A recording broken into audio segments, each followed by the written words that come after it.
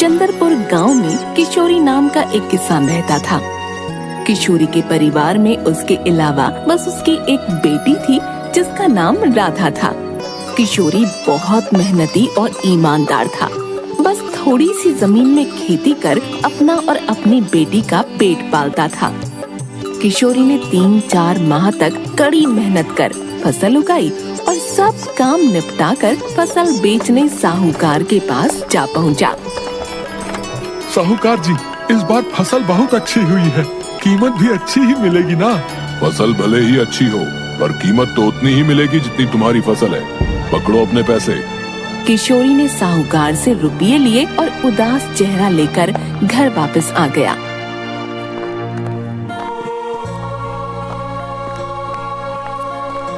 पिता को उदास देखकर राधा ने कहा, क्या हुआ पिताजी, आप परेशान क्यों हैं? क्या बताऊं बेटी, इतनी कम जमीन में कैसे गुजर बसर करेंगे? घर का खर्चा कैसे चलेगा? 2 वक्त के खाने का सोचना पड़ता है और अभी तक तुम्हारी शादी के लिए भी कोई गहना लत्ता नहीं जुटा पाया हूँ। पिताजी, आप परेशान मत होइए, हम लोग अपने राजा के पास चलते हैं, वो हमारी समस्या का कोई न कोई समाधान जरूर करेंगे। बेटी की बात सुनकर किशोरी के मन में उम्मीद की एक किरण जगी और वो अगले ही दिन राज दरबार जा पहुंचा।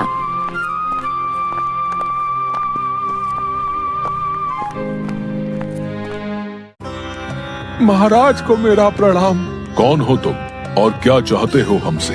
महाराज, मेरा नाम किशोरी है, आपके राज्य का एक गरीब किसान हूँ। मेरे पास खेती के लिए बहुत कम जमीन है, उसमें से जो फसल होती है वो हमारे परिवार के लिए पर्याप्त नहीं है। महाराज, मैं बहुत परेशान हूँ, मेरी मदद करें महाराज। मैं आपके आगे हाथ जोड़ता हूँ, मेरी मदद करें। ठीक है, मैं तुम्हारी मदद जरूर करूँगा। मैं तुम्हें अपनी जमीन का एक हिस्सा देता हूँ, तुम उस पर खेती करो। जो फसल होगी वो तुम्हारी होगी, लेकिन वो जमीन हमारी ही रहेगी। आपका बहुत बहुत धन्यवाद महाराज। अब अगली फसल लगाने का समय आ गया और किशोरी खेतों में हल जोतते हुए उसका हल एक कठोर चीज से टकराया, जिससे किशोरी डर गया।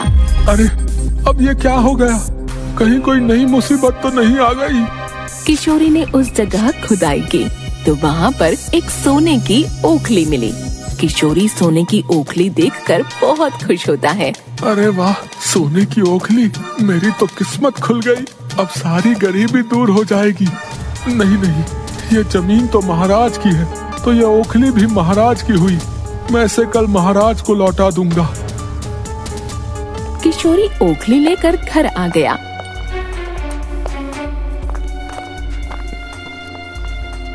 किशोरी के हाथ में ओखली देख राधा ने कहा, पिताजी, आपको ये सोने की ओखली कहाँ से मिली?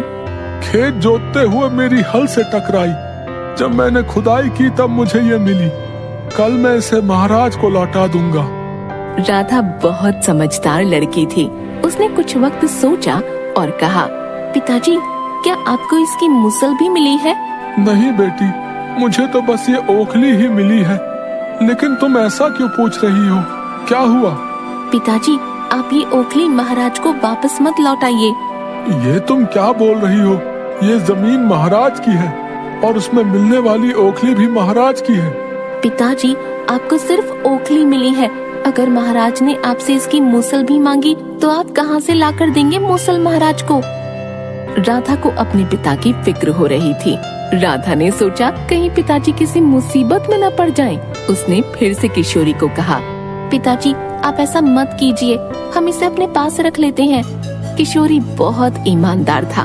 उसने कहा, नहीं, हम इसे अपने पास नहीं रख सकते। मैं इसे महाराज को लौटा दूंगा। अगली सुबह किशोरी उठा और ओखली लेकर महल पहुंच गया। महाराज, मुझे कल खेतों में काम करते वक्त ये सोने की ओखली मिली। इस ओखली पर आपका अधिकार है, क्योंकि मैं आपकी जमीन पर खेती कर रहा था, इसलिए मैं इसे आपको सौंपता हूँ। तुम बिल्कुल सही बोल रहे हो। इस ओखली पर मेरा ही अधिकार है। इस ओखली पर ही नहीं, बल्कि इसकी मूसल पर भी मेरा ही अधिकार है। लाओ, इसका मूसल भी यहीं रख दो। लेकिन महाराज मुझे सिर्फ ओखली मिली है और मैं इसे लौटाने आपके पास आ गया। इसकी मूसल मेरे पास नहीं है। तुम झूठ बोल रहे हो। अगर तुम इतने ही ईमानदार होते तो कल ही क्यों नहीं लौटा दी तुमने ओखली? अगर तुमने मूसल नहीं लौटाई तो तुम्हें कारागार में डाल दिया जाएगा। महाराज, जो चीज मेरे पास है ही नहीं वो मैं आपको कहाँ से दूं? बेचारा गरीब किशोरी सोने की मूसल कहाँ से लाकर देता। वो बहुत रोया चिल्लाया, लेकिन राजा ने उसकी एक न सुनी और नतीजा उसे कारागार में डाल दिया गया। उधर राधा अपने पिता के इंतजार में चिंता में बैठी सोच रही थी। न जाने महल में क्या हुआ होगा, कहीं पिताजी किसी मुसीबत में न पड़ गए हों। उसी वक्त गांव का एक आदमी उसे खबर देता है कि उसके पिता को मूसल चोरी के इल्जाम में कारागार में बंद कर दिया है। ये सुनकर राधा रोते हुए बोली, काश पिताजी आपने मेरी बात मान ली होती। कारागार में किशोरी के साथ बहुत बुरा बर्ताव किया जा रहा था। खाना पानी कुछ भी ढंग से नहीं दिया जा रहा था, जिसकी वजह से किशोरी बहुत कमजोर हो चुका था और किशोरी हर वक्त एक ही बात बोलता रहता, बेटी की बात मानी होती, काश मैंने अपनी बेटी की बात मानी होती तो मुझे ये दिन कभी न देखना पड़ता। और एक दिन राजा ने उसे ये बोलते हुए सुन लिया और उसे अपने पास बुलाकर पूछा, ये तुम क्या बड़बड़ाते रहते हो? महाराज, जब मुझे खेत जोतते वक्त ये ओखली मिली थी तो मेरी बेटी राधा ने मुझसे बोला था कि मैं इसको आपको न दूं, क्योंकि उसे लगता था कि आप ओखली देखकर मूसल जरूर मांगोगे। लेकिन मैंने राधा की बात नहीं मानी और आपको ओखली देने आ गया। इस तरह किशोरी ने राजा को पूरी बात बताई और राजा को अपने किए पर बहुत पछतावा हुआ। राजा ने किशोरी को तुरंत रिहा कर दिया और कुछ दिन बाद राजा ने किशोरी की बेटी को महल में बुलाया।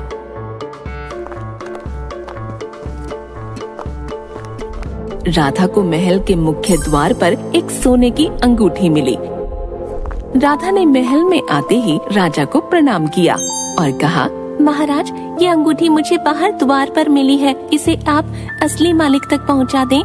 ऐसा बोलकर वो अंगूठी राजा को देती है। राजा बहुत खुश होता है और राधा फिर कुछ बोलने की आज्ञा लेती है।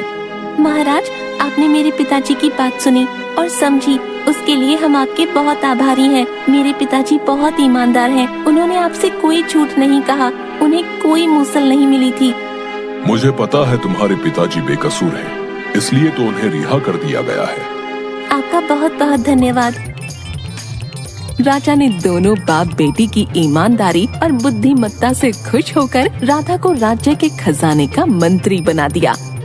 किशोरी और राधा को रहने के लिए बहुत अच्छा घर भी दिया गया। अब दोनों के पास सब सुख सुविधाएं थीं और दोनों बाप बेटी बहुत खुश थे। उन्हें कुछ कष्ट जरूर झेलने पड़े, लेकिन अंत में जीत सच्चाई की हुई।